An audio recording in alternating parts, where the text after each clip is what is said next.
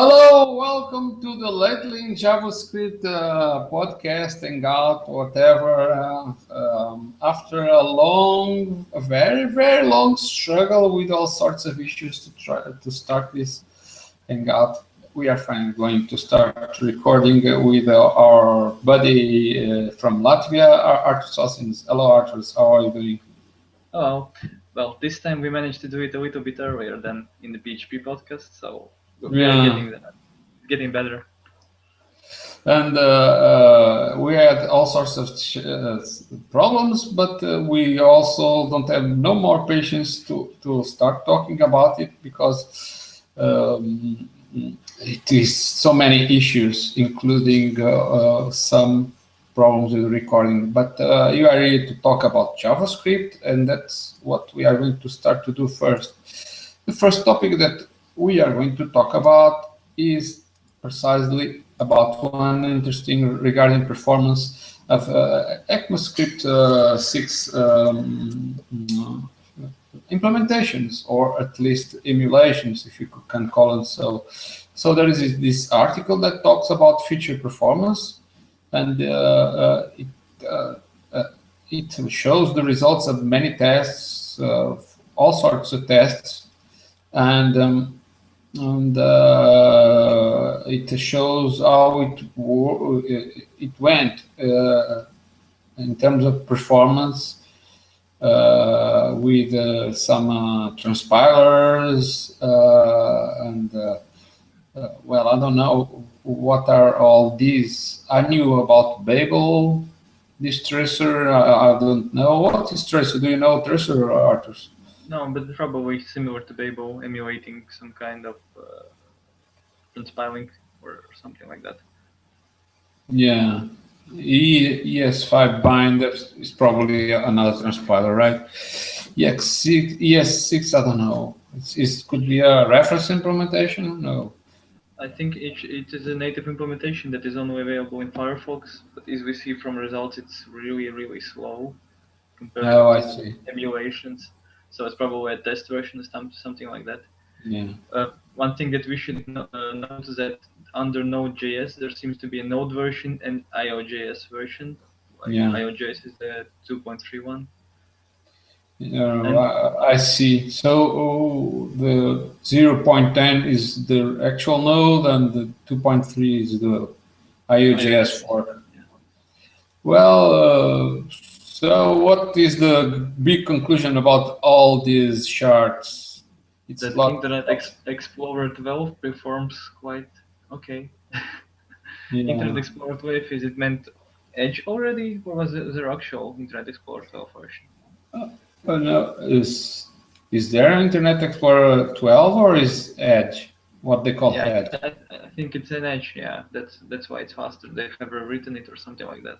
Yeah, I see. Well, anyway, I think this is just a beginning of something. There is still a long way to go.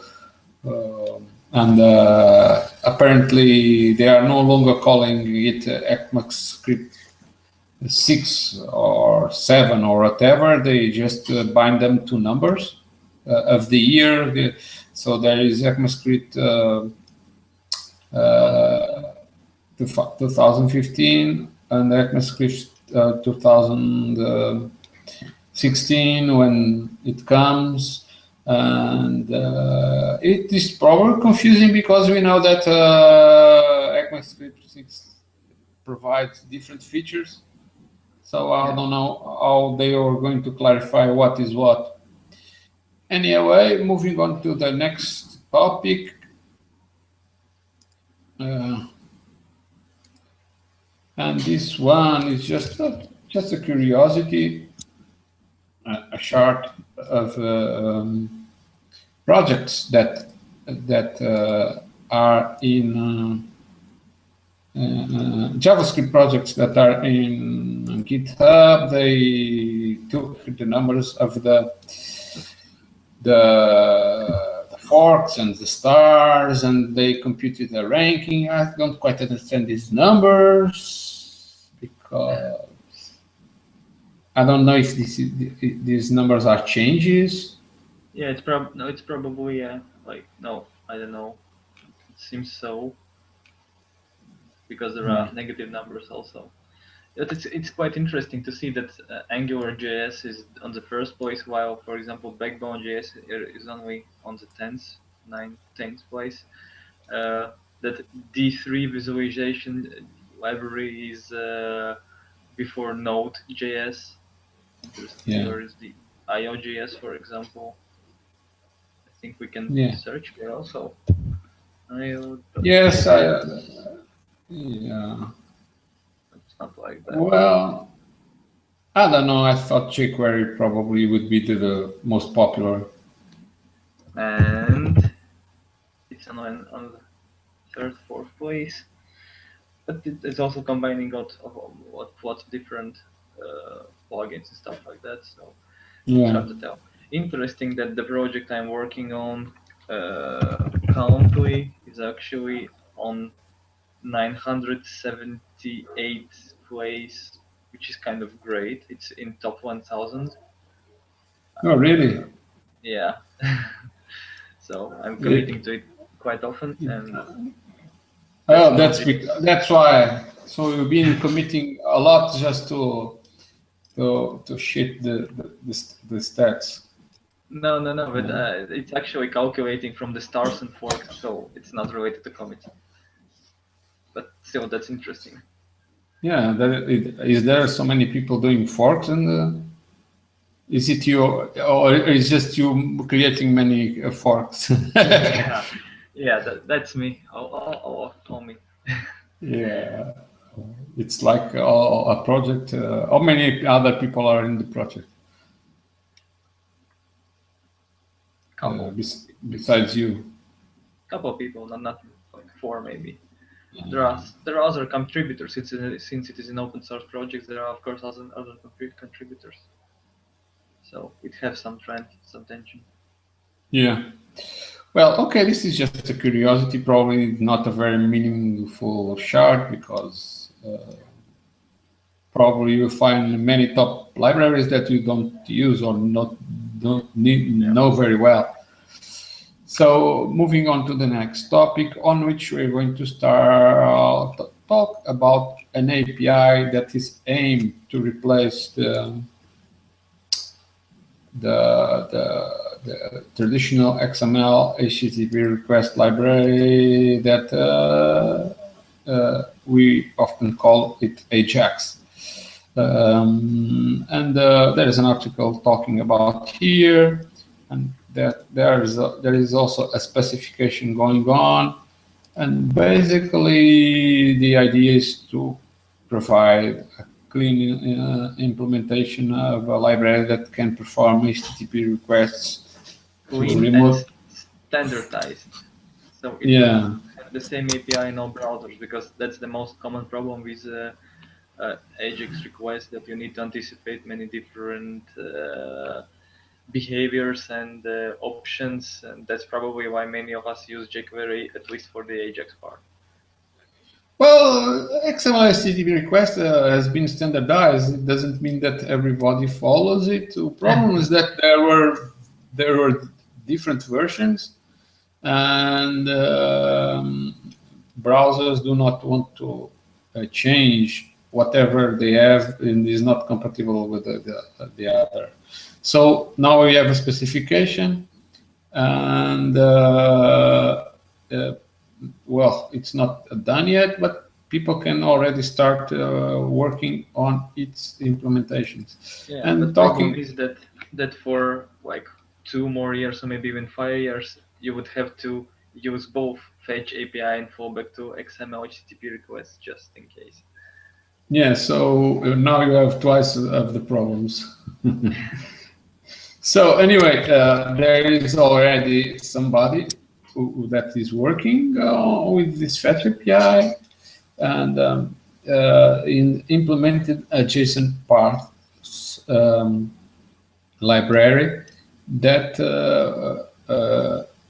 or is it JSON, a new parse library, or is it a way to make it work with the non-blocking asynchronous resources of JSON?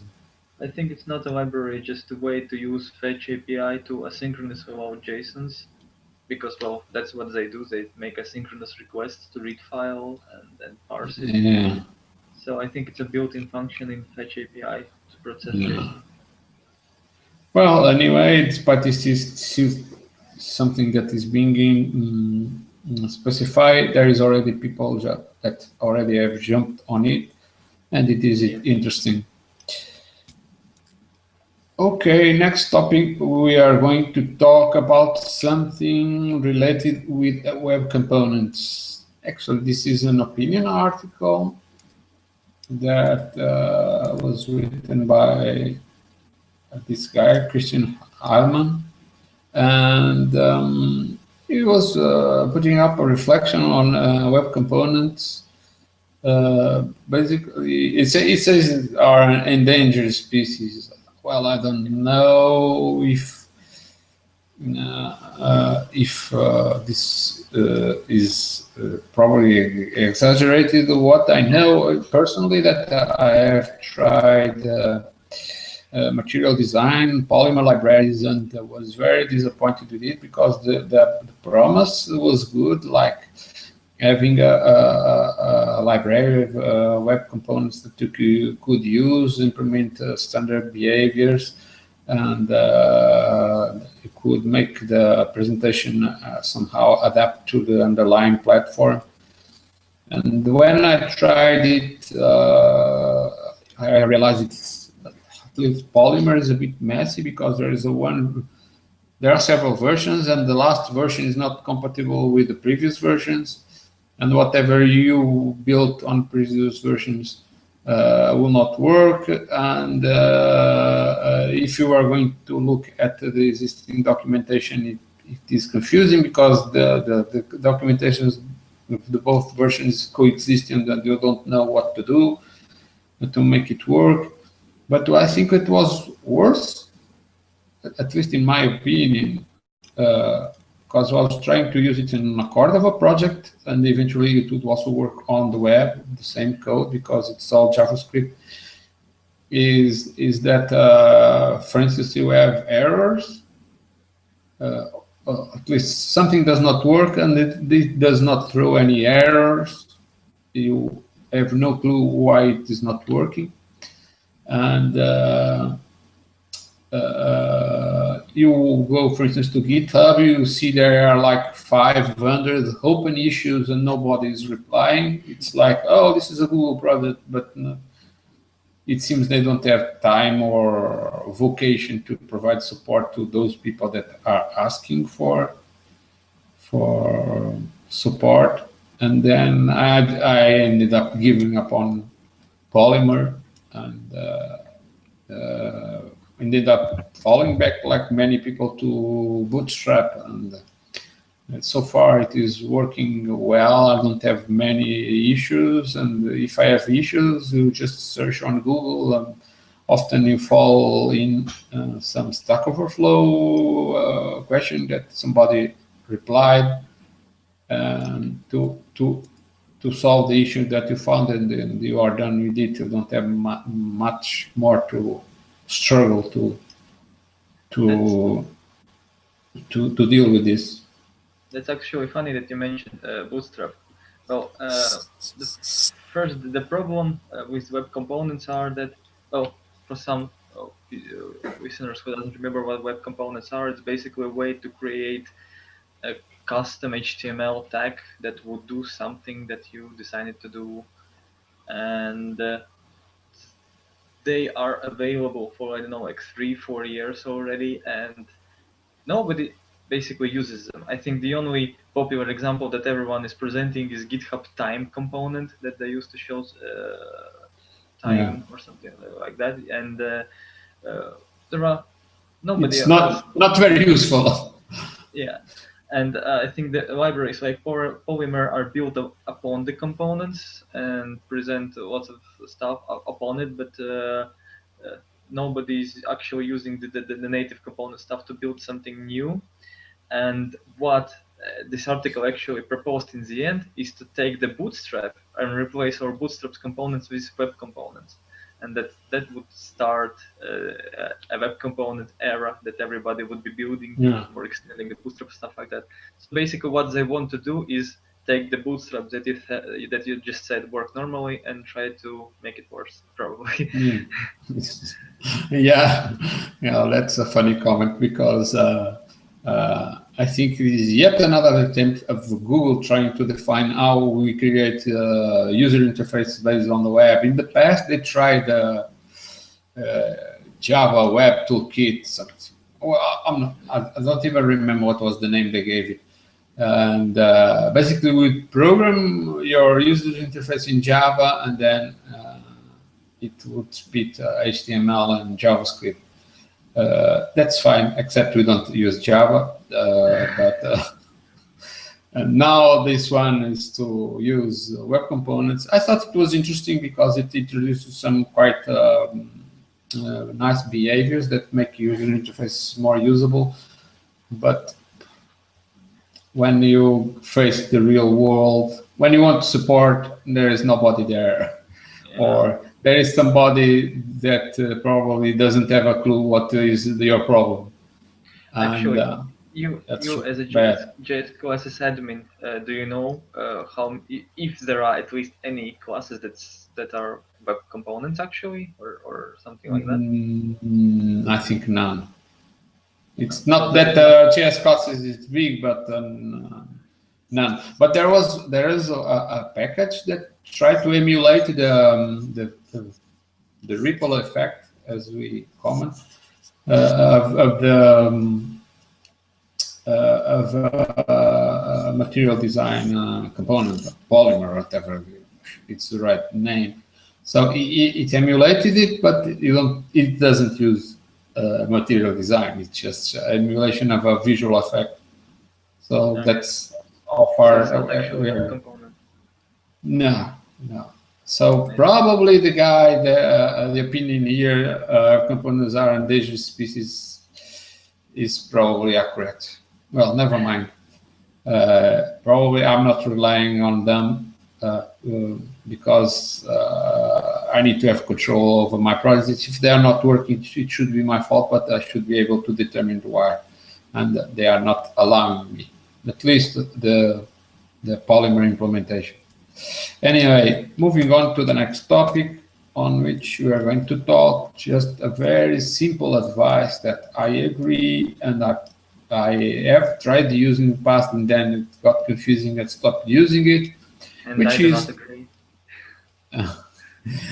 Personally, I don't use. I tried to use several times, but then but this won't work in this case, which is the use of the OR operator to get default values for functions. So if you don't pass a value to a function, a parameter, it will become indefinite, and if you put the value, I mean the parameter name or some other value, if it is undefined, the whole expression evaluate to this value, which should be taken as a default. I think it is interesting, but as the guy says in the article, this is not very readable. Well, not very readable for those that never tried it before, but the idea is to pay attention, because if you have values like 0 or false or an empty string, they evaluate to false. So even if you pass those values, they are taken as if you did not pass them there. Then that's the reason why it does not recommend to use this. Yeah, well, that's all correct, but I know I'm still kind of like all the short-handed versions. You could write code shorter and try to use it. It helps me to write code faster, and I think it's understandable. Yes, there are situations where it won't work as you expected, but there are cases when you can use it normally, and most probably I usually use it for enumeration types, like when I have enumerated sets of values and I know that no one would validate of them as false, then I could use this operator to assign the default value. Yeah. But since ECMAScript 2015, we should be able to provide default values in the function definition, so it should not be a problem soon. Well, but you are not are you using ECMAScript 6 anyway? Not yet, yeah. Yeah, I'm going to use Babel or whatever. No, I think it would be easier with Node.js rather than with browser JavaScript, because it probably just will be a specific Node.js version which will start supporting ECMAScript, and it should you have more control. Yeah. Yeah. Well, anyway, moving on to the next topic on which we want to talk about the library that I didn't know called Vorlon.js, which should enable you to debug JavaScript remotely. I didn't know about this. Arthur, did you know about this library? Vorlon.js? No, actually, I remember quite recently, or maybe not that recently, maybe half a year ago, I needed to debug specific JavaScript code onto the mobile device. It was not working in Android standard browser, for example, and it was so hard to do that, and I could not find any good library that would help me with that. With Apple devices, it is easier because you can debug it from Safari on Mac. But with Android, it was quite impossible. So if I would have known about it, or maybe it was not yet released then, that it should help with this stuff a lot. And it's really annoying to debug specific stuff that does not work on mobile phones, for example. So the way I see it is, as it works, I didn't try it, but just from skimming through the article, then it's a Node.js server that uses Socket.io to connect to server from basically you include the Vorlon.js script in your website, and it connects to your local server, and through that connection you can debug, inspect elements, and see console output, just like in your browser. And it seems to be easy to set up, and if it works that as I described, then it's really great. And this could also work to debug Cordova projects. I tried to debug them with the Android tools that Google provides, and that was simply a no-go. I could not figure what I was doing. Anyway, to make this work, you need to change your code, but it's probably just one line. You probably do it this once, and then there you go. Or you have a development version and production version, and you just automatically include it in development version, stuff like that. Yeah, that's it. Well, I think this deserves more time to take a look. So, moving on to the next topic, on which we are going to comment about. Let me scroll here and put it in place. About something that I'm sure all JavaScript developers went through, which is to make up your mind on what libraries are you going to use. Are you going to use frameworks, existing frameworks? Are you going to write it all from the scratch and deal with it, or you're going to pick one of many libraries? And this is really annoying, because now that everybody and his mother wants to develop their own framework, there are many frameworks, and many of them are very popular, and when you look at it, you don't know which one you should which one you should use for each case that you want to deal. So in this article that the author comes from overcoming the framework fatigue, he gives some advice, like telling people that, well, things will change, so you have to keep up with things that change. So and hopefully we help you to keep up with things that change and new stuff through the podcast. Yeah, you just listen to the podcast and become even more confused what to use. Well, we're just giving here our opinions, but there are millions out there that have their own opinions. And basically, you have to keep up with the things that you may use or not and decide for yourself. And also another comment is that it says that just because some library seems to be an alternative to another library, it doesn't mean that one of them is necessarily better. Everyone has value. And like Angular and Backbone, for example. Yeah, don't tell me about those because I didn't even bother to study them. Oh, really? No, they're actually quite great when you get to know them. Yeah, well, I for now I am still in that phase that I decided that, well, I'm going to do most things on my own, so I have control. But probably I'll regret it later, but that's another story. Says the guy who owns the JS classes website of reusable components. Yeah. But at least I use Bootstrap, and Bootstrap uses jQuery, so we ended up falling to the jQuery benefits or trap or whatever you want to call it, good or bad. There is no. Oh, yeah, okay. There are alternatives to jQuery, like Prototype, for example. Yeah, there are also alternatives. True. Oh, there are several alternatives, but Zepto and others. But it's a struggle, and well, let's deal with one project at a time. Probably you use some library in one project, and the future project you will say, "Oh no, I'm going to use something else." Yeah.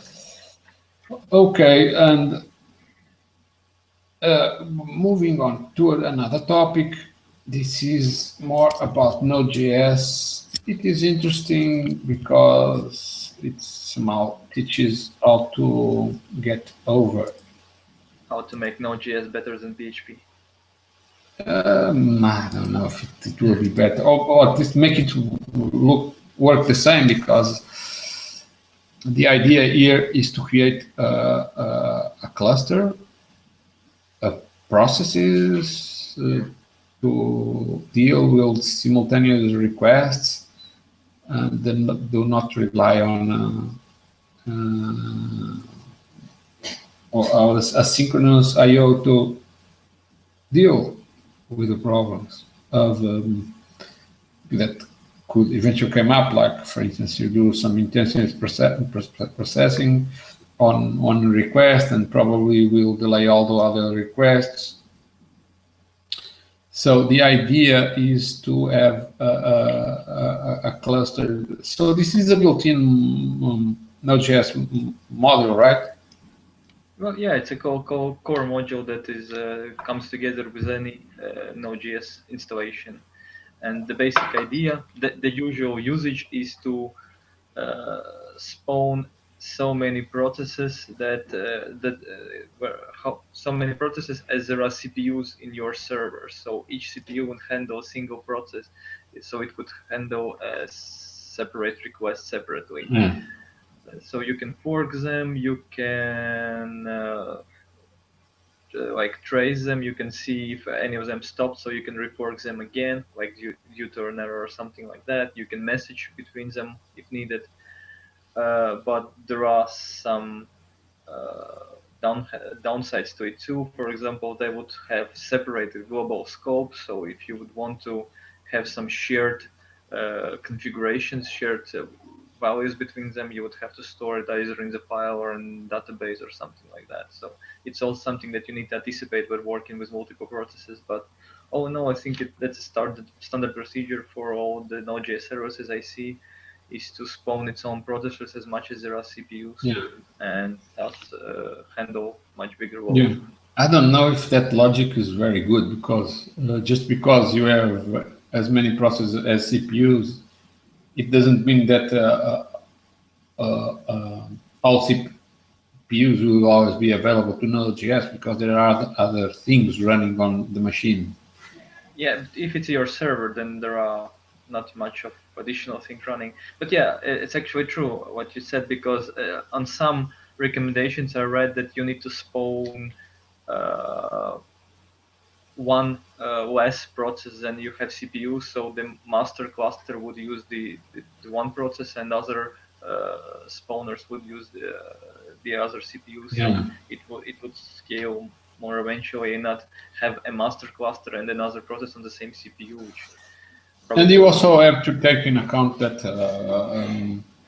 each process will take its own memory space, and if you create more processes than you have in RAM, it will start using the swap and to slow down. So also have to be careful with that. There is actually a limit of, I think, what was that? One process, Node.js process, can take up to 1 gigabyte or 2 gigabytes of. Yeah, but it's not like every request will take 1 gigabyte of RAM. Yeah, but it's per process, so it can't use more than that. So if you have like 4 processes and 8 gigabytes of RAM, it should be. Yeah, because each process will deal with more than one simultaneous request. Because it's all asynchronous, and while one is serving a file, the other can be processing the next request. It's all in the same process. But okay, this is an interesting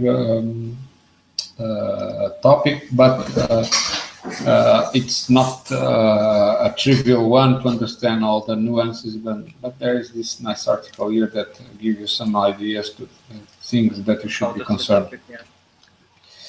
So moving on to the next topic, we're going to talk about the problem of the installers. Shall we use Bower or shall we use NPM? Well, last time I did this, I used NPM to install Bower, and then used Bower to install everything else. Well, except maybe for a few things. Only client-side JavaScript, right? Well, yes, that's what client-side, including Cordova projects, that you can also think of client-side, because all the code runs on one side. If you can call it a client, well, a mobile device is still a client. So the idea of this article is to stick to everything on NPM. Probably it would be a good solution if everybody followed it, right? Because sometimes you go to a site, let's say a tutorial about Bootstrap, you take a look at, we use Bower to install it. And then you realize that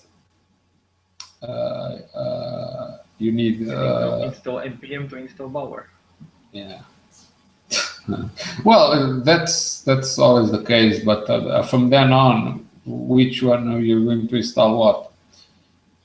Well, Bower is typically for client-side projects, and NPM is typically for Node.js projects, and even regardless if you can call them server-side or browser-side.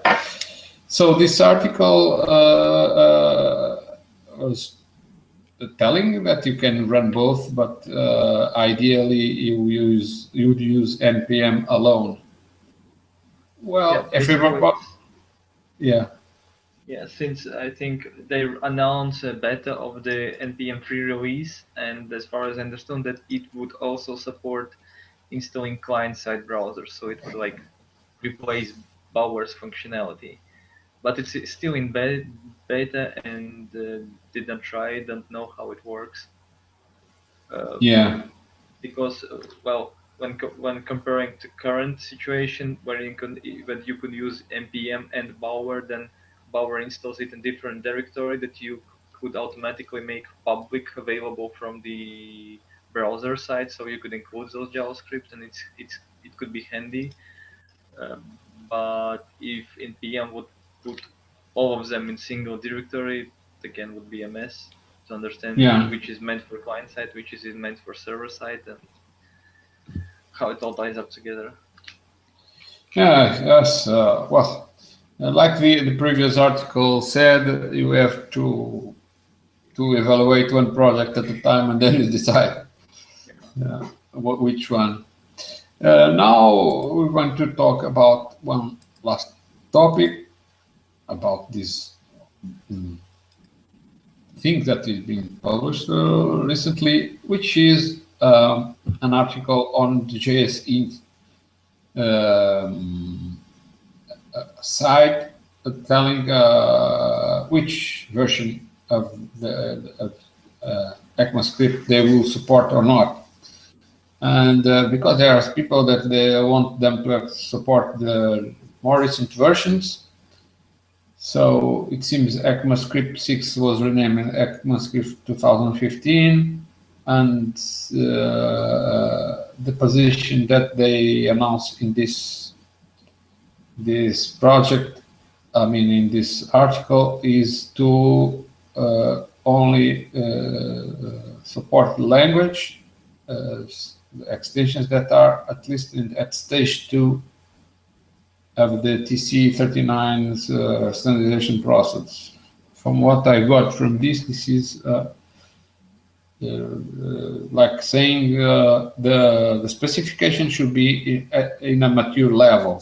So they are not going to check the types of the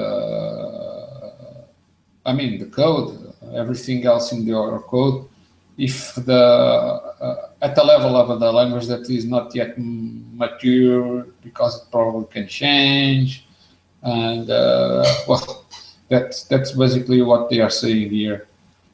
And personally, I agree. What do you think, Arthur? Yeah, that's one of the things that being mature. Other thing that JSHint is an open source project, and with new ECMAScript changes, there are lots of things which breaks the JavaScript syntax as it is, new keywords, new ways to define functions, and I think it would be really hard to implement them in JSHint as it is now, and doing it just so it might change later again would be really a waste of time of the developers who are working for free for open source projects. Right. They should focus on a stable target, not something, it's going to change next week. Yeah. Okay. It would be actually cool if JSHint would have a plugins to do something like that, but also as I described in this blog post, then it's really hard to implement in this state of JSHint with plugin. Right, probably very complex. Well, we this practically reached a section of the podcast on which we would comment on the Innovation Award nominees and rankings. And if you are seeing this, it's because there was a problem with Google that didn't allow us to download and edit the video so we can assemble parts of what we already mentioned in the PHP Classes podcast that also covers the Innovation Award winners of JavaScript world. So if you are seeing this, it's because Google did not fix the bug that prevented us to download and edit the video and create a new one. Just so PHP. Yeah. Oh, there. Yeah. Exactly. You need to go and check what you said in the other podcast that would be published in the PHP Classes site, because it's basically at least part what we've said. And and if you are actually seeing this, it's because this is the original recording, not the edited one. And you need to go to see the other recording because until so far Google did not fix the problem, and we don't know if by the time we publish this the problem will be fixed, so we can edit the videos. So with this, practically this podcast, many topics to cover today, very interesting ones. And well, on my behalf, that is all for now. Bye. Bye.